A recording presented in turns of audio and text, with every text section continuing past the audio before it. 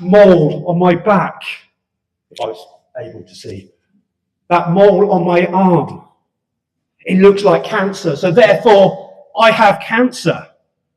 We would not say that. So why can we say it about mental health illnesses? We cannot any longer self-diagnose, because self-diagnosing is a problem. Because we might see it on TikTok, this and this, and we might relate to individuals and say, yeah, I think that. And what an individual does online or wherever, talking and so on, perhaps young people in the playground at school, perhaps we start to think that that's me. I identify. And do you know what? You might. And you might be living with those things, but we need professional diagnosis. Because with self-diagnosis, we can start living a life which might not be ours to live. We can be on a pathway thinking that we have some type of illness when maybe we don't. And what that would do is put us in the way of things that aren't healthy for us. Self-diagnosis. It's a problem. We need to face up to it. It's dangerous, just as it would be with physical health.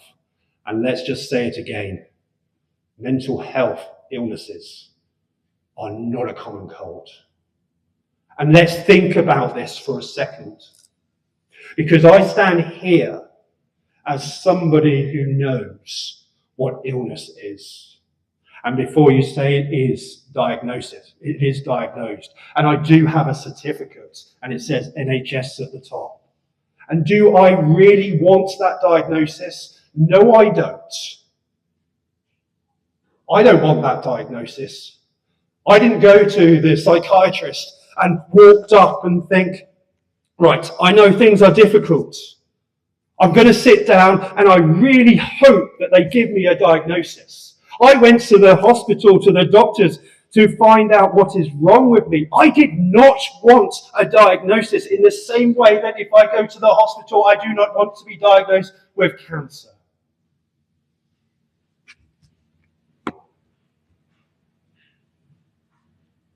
Depression and anxiety. For 20 years, I've worked with young people. Privileged, utterly privileged.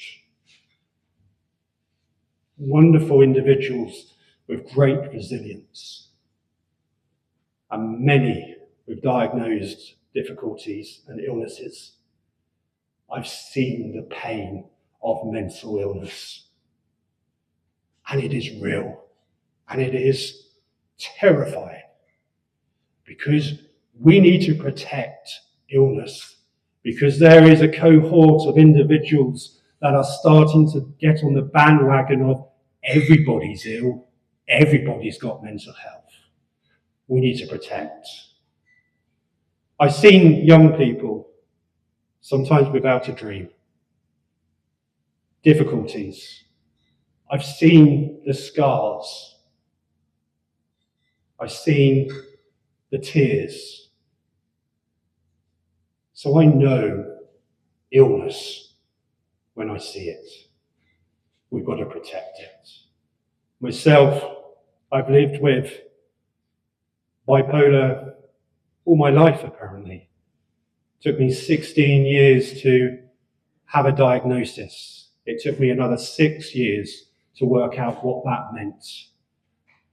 And it was only,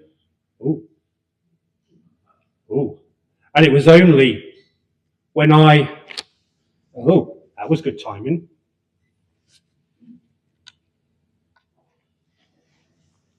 And it was only when I realized one thing. I didn't know what was bipolar or Barry, but I found out one day that some things are bipolar and some things are Barry, and that changed my life. I've been around illness all my life. I've had the privilege of seeing resilience in the face of trauma. And yes, she is here, my mum. We have to protect illness because someone is coming along and the doubters are growing. Illness.